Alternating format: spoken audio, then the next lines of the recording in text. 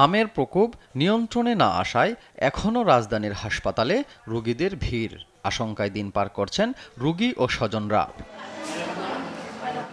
এটি মহাখালী সংক্রামক ব্যাধি হাসপাতাল। গেল ২৪ ঘণ্টায় এ হাসপাতালে হাম সন্দেহে একজন সহ এ পর্যন্ত মারা যায় ৩৭ জন, আর সারা দেশে ৯ জন সহ এ পর্যন্ত ২৭৩ জনের মৃত্যু হয়েছে। চিকিৎসা নিয়ে অনেক রোগী সুস্থ হয়ে বাড়ি ফিরছেন। শিশুর সুস্থতায় স্বস্তি ফিরছে স্বজনদের মাঝে। মুইটা শরীর ভরে গেছিল, এখন সুস্থভাবে বাসায় নিয়ে যেতে পারতেছি, এটাই অনেক খুশি। রাত নিয়ে আজকে ৬ দিনের দিন ছুটি পেয়েছি, অনেক ভালো লাগতেছে। হসপিটালে তো কারোরই মন চায় না থাকতে।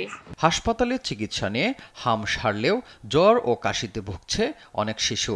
এখন জ্বরটা আছে হালকা, বলছে ট্রিটমেন্ট করলে ঠিক হয়ে যাবে। খানা দেয় না, একটু দুধ দিলে তেলে কাশিটা অনেক, কাশির জ্বালা খাইতে পারে না, ভিতরে নিতেই পারে না। এখানে আজকে ৪ দিন, জ্বরও কমতেছে না এবং ওই কাশিরও কমতেছে না। হাম মোকাবিলায় টিকার বিকল্প নেই জানিয়ে শিশুকে দ্রুত টিকা দেওয়ার আহ্বান জানান চিকিৎসকরা। যেহেতু ৯ মাসের আগে আমরা ভ্যাকসিন দেই নাই, কিন্তু এখন যেহেতু ৬ মাস থেকে দেওয়া হচ্ছে, প্রত্যেকেই যেন তার বাচ্চাকে টিকা দিয়ে নেয়।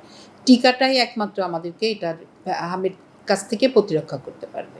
হাম নিয়ন্ত্রণে সারা দেশে চলছে টিকাদান কার্যক্রম। স্বাস্থ্য অধিদপ্তর বলছে, বিশেষ ক্যাম্পেইন শেষ হলেও স্বাভাবিকভাবে শিশুরা হামের টিকা নিতে পারবে। ডাইরেক্ট প্রকিউরমেন্ট আর 50 ছিল টেন্ডারের মাধ্যমে, তো ওটাও কারেকশন করে টোটালটাই কিন্তু ডাইরেক্ট প্রকিউরমেন্টের মধ্যে নিয়ে আসা হয়েছে, যেটা আমরা ইউনিসেফের কাছ থেকে কিনছি। এবং 50% টাকার যে ক্রয়ের আদেশ, ওটা কিন্তু অলরেডি তাদের ফান্ডেও আমরা টাকাটা জমা করে দিছি।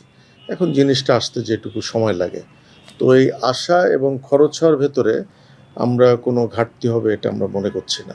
২০ মে পর্যন্ত ১,৮০,০০,০০০ শিশুকে হামের টিকা দেওয়ার লক্ষ্য স্বাস্থ্য বিভাগের। ইতিমধ্যে টিকা পেয়েছে ১,৭,৫৫,১১৮ শিশু। AH হিমেল, দেশ টিভি, ঢাকা।